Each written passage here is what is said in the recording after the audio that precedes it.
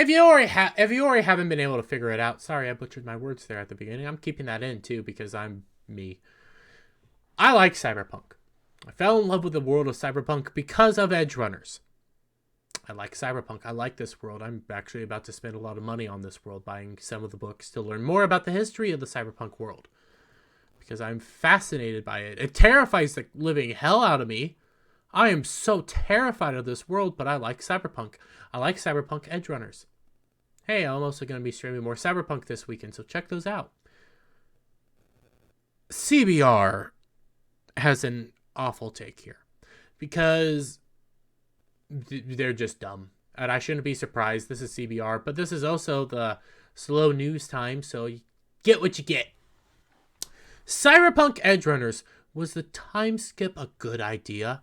The time skip in episode 7 showed David's shocking transformation, but also slowed Edgerunner's pace, resulting in a rushed ending. I don't think so. Nope. Because it followed thematically. It all continued thoroughly, and the time skip actually, I don't think hurts it. I don't think helps it. I think it just is a part of the story. Time skips happen. So what? Oh, well, they want to do a completely different show instead of what we got, which was a coming to age story. And they'll admit it, and I'll agree, some form of revenge, but in the most part was a coming of age story and dealing with addiction, dealing with drugs, dealing with all sorts of interesting themes, relationships, men and women, boyfriend and girlfriend, love, never wanting to being able to live up to everybody else's expectations, but being able to find your own way, doing some things that are very dangerous. It is a very unique series that I'm also rewatching, by the way, because I love Cyberpunk, and this is like my 5th rewatch of the series. I needed something good after suffering through Blood Origin. But this is also stupid, so let's roast CBR some more. Stunningly animated and with blindingly bright world and character designs, Cyberpunk Edgerunners definitely made ripples when it came out a few months ago. Yes, it made some ripples. Yeah, it made ripples. Yeah, ripples. I would actually categorize it as a massive splash with a wave that ended up saving Cyberpunk 2077. That game was hated. It saved that game. It saved CD Projekt Red's reputation. That game did so much heavy lifting, and it did it all. That show did so much heavy lifting to save CD Projekt Red, and it wasn't even required. People were done. People were out, and it put 2077 on top billboards for there for a while. Months, almost a year after it initially came out. Maybe not even a year, but it was panned. It was despised. It had disdain all over it. Actually, it was longer than a year. Almost a year and a half later. It was just downright hated for a while because people felt cheated by CD Projekt Red. This show comes out, boom, top charts. Boom, top charts. Great reviews, new reviews. All sorts of cool things were happening. And I like the show. I'm even playing it now on stream. Check it out. Still has some issues, but check it out. David Martinez's story in a hyper-technological but tragically unjust world is a spectacle to behold and a demonstration of what animation is actually capable of. Agreed. 100% agreed. While David's journey is a gripping coming-of-age tale of revenge and ambition, some revenge, more or less ambition, dealing with drugs, drugs as in like the chrome, the cybernetic implants, allegory for drugs and overdosing and things of that nature, and dealing with never being able to live up to other people's expectations, but you find your own way to live up to your own path and your own expectations. Not all of Edgerunners' narrative choices seem to be wise. I think they were. I think they did a wonderful job. This time skip between the first and second part, for example, served to show David's physical change and emotional change, and also how everything has been affecting him, how the death of Maine and Diona, I cannot remember her name, Maine's girlfriend, who they'll say here soon, how all these deaths have been piling upon David, and how David now is in charge of the Edgerunner crew, is in charge, and is also always always trying to figure out, is he living up to Maine? Is he better than Maine? Is he as good as Maine? Is he worse than Maine? What is he good enough? That is one of those aspects. Plus, he still has his mother, feeling like he let down his mother and feeling like he disappointed everybody. He's trying to build. And those are things that you see. It's not just this physical change. You see emotional changes with this time jump. But it might have slowed down the pace of the show, resulting in a less than satisfactory ending. No. I think that ending was perfect.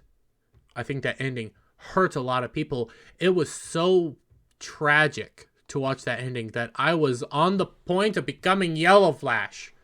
You know how he cries at robots. I almost shed a tear. I really did. Actually, I might have. No, I didn't. It was heartbreaking to watch that show go unfold, to watch that ending, to see everything, to see David basically becoming a cyber psycho, going insane, coming back to sanity, to see Lucy there, telling her to go so he can hold off Atom Smasher. And as he dies, as he gets killed, as you see our main character die before our eyes because of the decisions he made. Everything led up to this point, so that time skip doesn't hurt anything. Yeah, it's jarring, but you kind of get used to it. You kind of get over it, and it kind of makes sense. The time skip showed David's physical and psychological change. Yeah, it did. He changed both physically and psychologically to become the leader, to become this man, to be this person who he thinks he is, being this unstoppable force, being kind of abnormal and able to handle all the cybernetic implants that are now coursing throughout his body, while taking up the throne that Maine left. Figurative throne, not literal, but he's now the leader of the crew. He is now in charge, and he has responsibilities and duties, while simultaneously being a pretty good boyfriend to the best of his abilities, while dealing with all of his grief internally instead of externally. Although it's never specified in the show, the time skip between episodes 6 and 7 must be at least a few months. I believe it was 3 months later. It could be more. It could have been 6 months. I don't remember exactly. They don't say, and I'm fine with that. I'm fine with it being several months in the future because it kind of shows that David stepped up and took over control where Maine left off, where Maine was kind of leading him to be. Maine was leading him to one day take over, because Maine knew that his time was limited as well. All their times are limited. And that was David's job, to take over for Maine after proving himself multiple occasions. David's body has completely transformed from that of a scrawny kid into an impressively muscular man. Well, muscular in both. Yeah, he's muscular now, but a lot of that is cybernetic implants. Let's not be lax. A lot of this is implants. A lot of this is allegories for drug uses, being able to take in a lot and thinking you're fine until you're not. He's gone too far. He's gone to that edge. He has basically filled his body with more cybernetic implants because he felt like he was incapable with just I can never say it alone, but the spinal thing in his back that slows down time for him. With a whole series of implants added to it, the difference is shocking. And if that was the intended effect, it was certainly effectively done. David is almost unrecognizable. That's the point. It shows that he's grown and changed since we last left him, when he was in the back of the car, when he was in the car crying because he couldn't save Maine. When he was breaking down with Lucy because he couldn't save Maine. Wait, was that in the car? Did he make it to the car, or did he not make it back to the car? I don't remember. But basically, he's shown that he failed with Maine, so he wanted to get better and stronger. He went down a different path, but instead of showing it all externally, he internalized it, and that became external in the form of all the cybernetic implants and changing his body and becoming the leader. Becoming a little bit more shut off and only showing his true emotion when it came to Lucy. In addition to his body, his character also has transformed. The insecure, impulsive, and naive teenager has turned into a respected leader and loving boyfriend. True. He is a respected leader because he cares about almost all of his crew. But if they F up, they F up. Can't change anything about that. He loves his girlfriend. He loves Lucy to death. And feels hurt because Lucy went through a lot during that process too. The death of Maine and I'm going to have to look real quick because Dorio, the death of Maine and Dorio were impactful on them. They both felt differently during that situation because part of it was David was about to be taken away and could have been killed by Max Tech. Lucy was struggling with that, and Lucy wanted to protect her love, a man who she fell in love with. David wanted to protect his leader, the man he was idolizing, the man that was leading him to this path that he wanted, helping him down this road that he wanted, his own path. And that time skip allowed him to discover his own path and become his own man, even though he still feels like he's not living up to the expectations set by Maine and his mother. His relationship with Lucy also proves the latter's metamorphosis from being cold and indifferent into allowing herself to open up to someone and love. Well, she was starting to love before the time skip.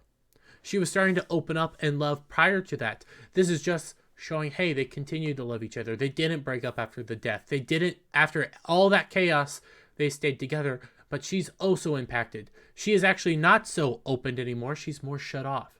She doesn't want to do jobs anymore. Yet she is still doing jobs. She's just doing them secretly. She's trying to protect David in her own way. While she's not an edge runner anymore, not an official edge runner, but still an edge runner, Lucy seems happier and more fulfilled as David's girlfriend. I don't think she seemed happier. Well, I think she felt more safe, but she seems sad. She was broken during that time. She was going around killing people still, trying to protect David and her because that became her job. That became her driving force. She felt that David was almost taken away from her, so she became determined to defend and protect David at all costs. Even going as far as killing people seeking her out. Killing netrunners, trying to find her and David. This time skip allowed for, yeah, we didn't get to see what happened in between, but we didn't need it. They basically showed us, hey, shit went down and people have changed. They're not where we left off. They're not where we left off after the deaths of Maine and Doria. They are different people now. They have grown in different ways, and they took those deaths and everything differently. And that whole situation differently. Lucy was scared of losing David. David felt like he failed to protect Maine and Doria. While she is not an edge, Lucy seems happier for David's girlfriend. David's mind is clearly suffering from the influences of all the implants, true, but at least at the beginning, he seems calm and secure in himself. Yes, well, he seems it, but he's not. He acknowledges that he's not okay. He is not fine. He just doesn't admit it, but you can see that he's not fine. Kind of little subtle things that you can pick up on, if you weren't so busy shilling for everybody.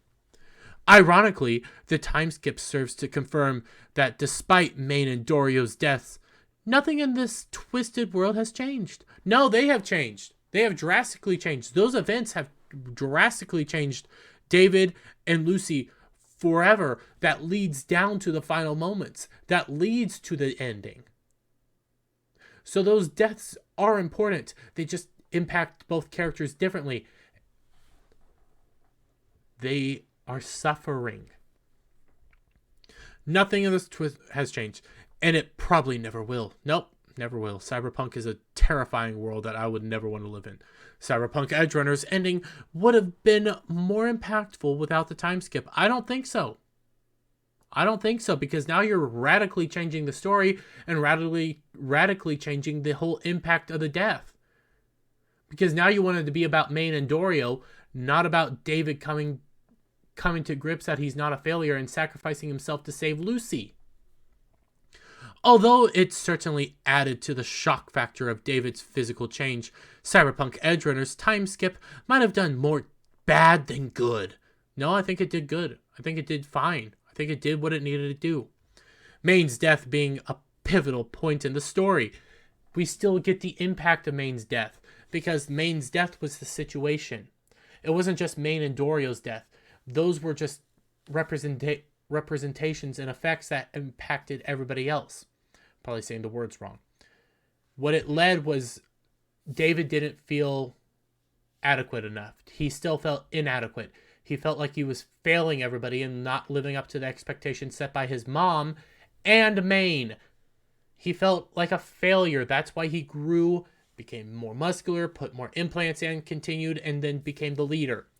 Lucy felt like a failure because she almost lost David. She doesn't want to lose the one person who she ever felt a connection to. So, Maine's death being a pivotal point of the story still is a pivotal point in the story. It still impacts both of them, just in different ways and in different outlooks. Its consequences are diluted because the audience never witnesses the immediate aftermath. No, we do. We see David and Lucy breaking down on the car. We see that. We don't see anything else after that, but we see them breaking down on the car. When David reappears, months or more have passed. So he has already gone from grief to acceptance. No, he's still grieving. He still feels inadequate. He's still suffering, feeling like a failure to his mother. There's a whole scene where he's just standing there looking at his mother's ashes. He still feels like he can't live up to their expectations. So the impacts are still there. They are still grieving. They're showing it in different ways. Without the time skip, the writers could have used the strength of David's rage to fuel his final battle. That was grief though. His final battle is still rage and is still him filled with rage. He is pissed because Lucy has a chance to die. His final battle is him. Yeah, it has a whole bunch of things, like he's seeing his mother. He's apologizing to his mother, thinking that he's still not living up to his mother's expectations. But at the same time, he started doing this to protect his crew and to save Lucy, the one person he truly loves right now. The one person who took his heart. The one person he can feel like himself around. There is rage there. There is grief. There is suffering. This is a sad end to a story of a beautiful love story. It's tragedy. And it breaks your heart, and you want them to survive. You want David to find a way out of this, but you know he can't. You know he won't be able to survive. You know this is the end. So it does have a huge amount of weight, but changing it to being right after Maine's death changed the whole point of the ending. The whole point of the ending was David protecting his crew. David finally coming to grips that he doesn't need to live up to his mother's expectations and apologizing to his mother, while also seeing visions of his mother saying that he's a good, strong boy and he did just fine. And fighting to save Lucy, who is at the point of about to die. While the enemy doesn't change, the impact of his actions isn't as strong as it would be if it came right after Maine and Dorio's slaughter. No, the impacts would be completely different. The story would be completely different, and the reasoning would be completely different. You moron! The world and its rules haven't changed, and Faraday is always the villain in the shadows. Yeah. But you completely change the story at this point. It doesn't become the story about David and Lucy. It becomes the story about Maine and Dorio. Those become your final catalyst, not Lucy and David's stories and how they've been handling everything. Maine and Dorio's deaths still have an impact. Their impact is culminated with everybody else's deaths, everybody else's impact on everything. The way everybody is feeling and the way they are growing. You wanted to become Maine and Dorio-centric, not Lucy and David-centric. The only thing the time skip achieved was to allow the audience to take a breath before the ending. Yeah, I will say that. It was a breath before the ending. But you also get to see how has everybody changed? How have they grown? Who is everybody now? Honestly, my favorite character is still the driver. And I can't remember his name off the top of my head. He's still my favorite character because I view him as more of a cowboy-esque character. But everybody's changed in different ways. You get, what's his name's sister. She now has full-on implants and is her own character herself. When she dies, that came out of nowhere. I was not expecting that. But everybody's grown. It is still character-centric. You just don't think, you just think, oh, well, it's just a breath before they die. No, nothing really happens. No, things still happen. Lucy's changed. David's changed. Characters have completely changed. And you're catching up with them since they've changed. Which is not a good idea when the creators want them to be excited and distraught by the last fight. We are excited and distraught by the last fight. I'm sitting there rooting. Even though I know what happens now, I'm still rooting and hoping David finds a way out of this. David can save everything. David, this doesn't have to happen. This final fight with Atom Smasher doesn't have to end the obvious way it's about to end.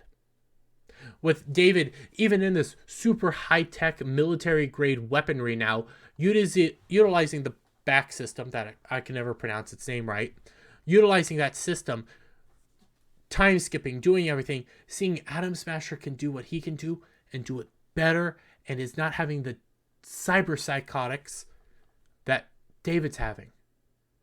Having this moment where you're like, how is he going to make it out of it? And not seeing him make it out of it, seeing him have to sacrifice himself to save Lucy and to give Lucy her final send-off, and to have that moment on the moon, that completely changes if you do it, if you don't have that time skip, if you don't show them in the future, if you don't have this moment where, hey, they've grown, they've changed, they're completely different now, and they're suffering in different ways. Without that time skip, it becomes Maine and Dorio-centric, and it's just about Maine and Dorio. It doesn't become David viewing himself as a failure, and Lucy struggling to try to protect David because she loves him so much and was scared of losing him in that moment. I was excited and distraught by that ending. David and Lucy's transformation could have been handled differently. They could have used a montage. What was that montage? They use it here. We'll continue. Which is what they did in the initial episodes to show David's training. So what was those montages about? Yes, it was about training, but it was about David's growth into the gang, about him becoming a member of the gang and how they started liking him. They all did different things. He did different things to ingratiate himself with other members of the gang. Excuse me. Did things with Kiwi, did things with Maine, did things with Dorio, did things with Slender Dude who dies way too soon, and I was sad about that.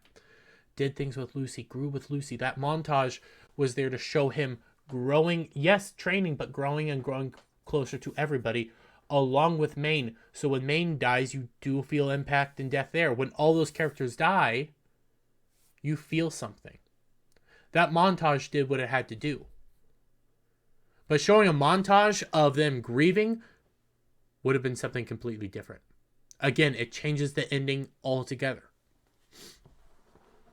Or they could have shown David's desperate rush to become stronger, but they did. They take him from feeling like a failure, becoming the leader, being super strong, being super all this stuff because he feels like a failure. Because he feels like he's been letting everybody down.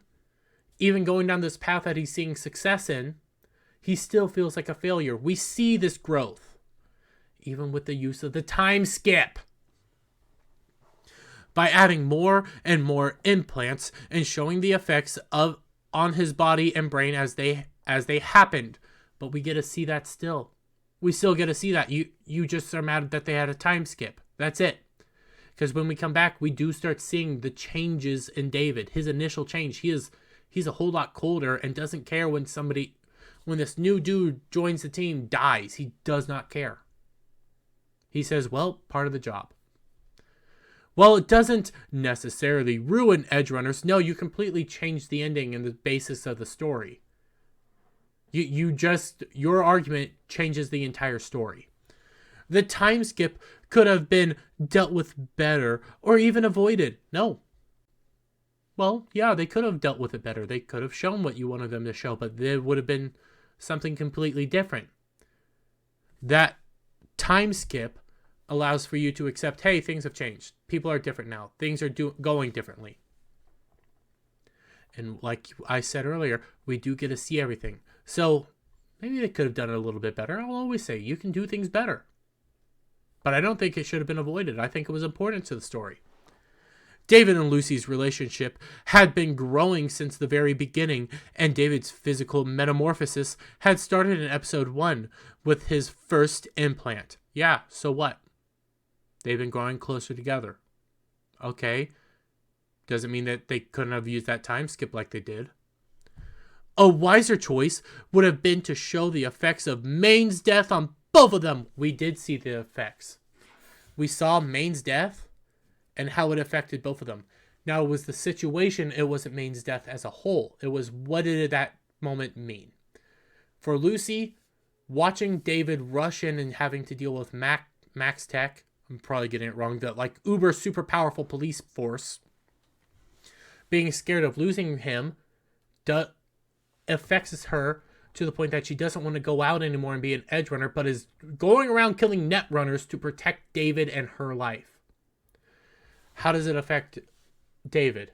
David feels like a failure, feels inadequate. So he puts on a bunch of tech, becomes the leader, but still feels inadequate and not like a leader. He still feels like he's not living up to the expectations set by both his mom and Maine. We see that. Could have been Maine's death on both of them. We saw that. On one side, grief and hopelessness. We see that. We do see that. And on the other, a hunger for quiet and peaceful life, finally devoid of war, both potent catalysts for an explosive final arc. But we see grief and hopelessness through David. It's just not external, it's internal. Hunger for quiet and peaceful life. We see that through Lucy, but she's going to protect this quiet and peaceful life. She's going around killing net runners because she wants this quiet and peaceful life. She wants to stay in this. She wants to be a nudist along with David for the rest of her life. That's all she wants. She just wants to be with David. So we see what you wanted. You just don't like it because you wanted to be centered around Maine, which changes the entire premise of the story. With that being said, guys, let me get your thoughts down in the comment section below. If you liked the video, give it a thumbs up, share it out with your friends, hit that subscribe button, hit that notification bell for every time I put out a new video go live, and I'll see you on the next one. Bye for now.